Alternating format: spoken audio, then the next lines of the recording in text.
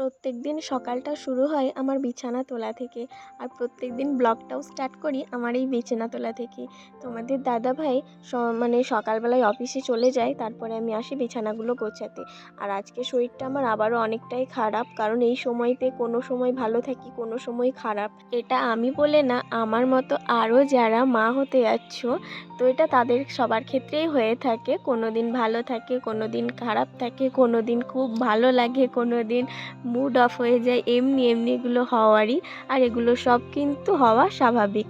তো তোমাদের সাথে কথা বলতে বলতে তো দেখো আমি বিছানাটা গুছিয়েই ফেলছি।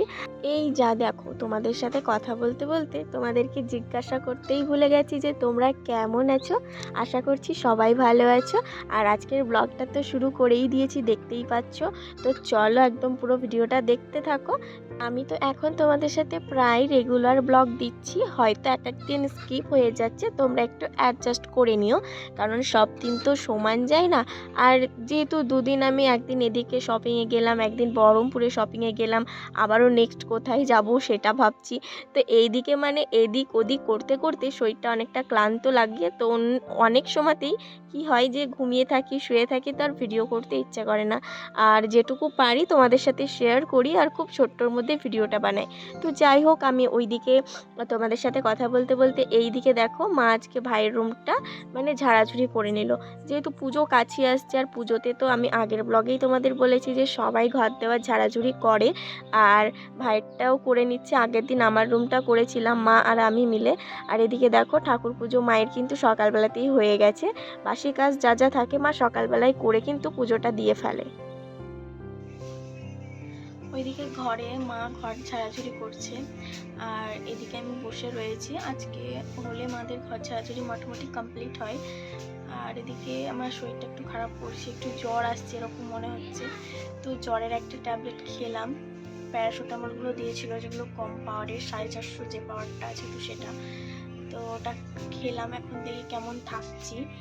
আর ডক্টর দেখাতে যাওয়ার কথাও ভাবছি তোমাদের দাদা ভাইয়ের আমি।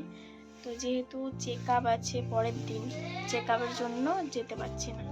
এই চেক আপটা করে নিই, তারপরে যাবো এটা ভেবেছি। তো তোমরা তো দেখলেই কথা বলতে বলতে আমার মুখটা কীরকম জানি একটা লাগছিল, কারণ শরীরটা সত্যিই আমার প্রচণ্ড খারাপ করছিল এই জন্য।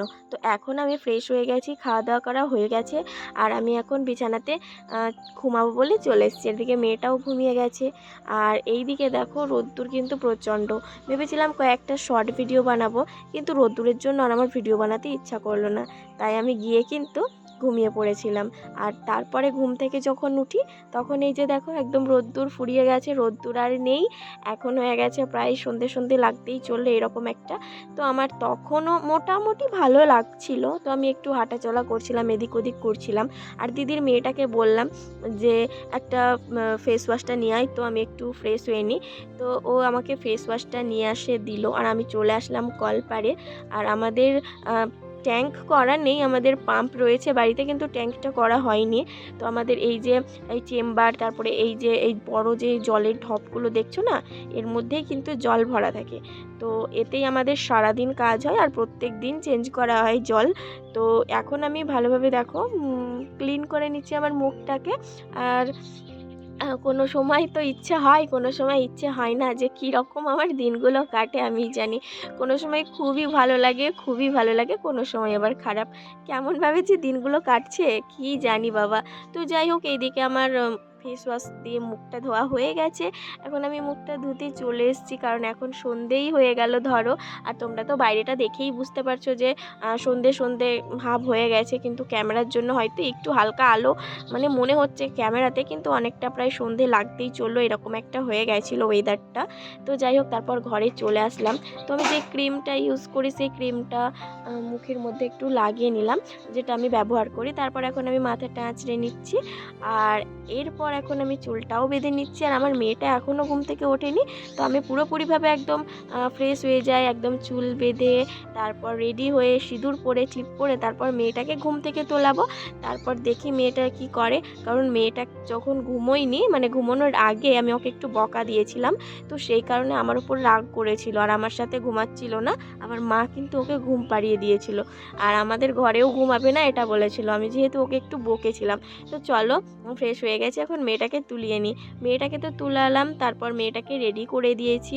তো মেয়েটার একটা খেলনা এনেছিলাম শপিং মল থেকে। তো দেখো সে কি ধরনের একটা বালি টাইপের জিনিস, যেটা দিয়ে আর কি মেয়ের খেলতে ভালোবাসে, বেশিরভাগ টাইমটা ফোনে দেখতো। তো শপিং মলে দেখেছিল, তো ওর জন্য আমিও নিয়ে নিলাম, কারণ ও এটা নেওয়ার জন্য খুব এক্সাইটেড। তো আশা করি তোমরা দেখে বুঝতে পারছো, এটার নাম কিন্তু আমার মনে নেই, আমি জানিও না। তো আমার মেয়ে কিন্তু ওটা নিয়ে খেলতে ব্যস্ত, আর আমি যে বকেছিলাম সেই বকানিটা ভুলে গেছে। একটু আদর করে দিয়েছি, মেয়ে আমার ভুলে গেছে।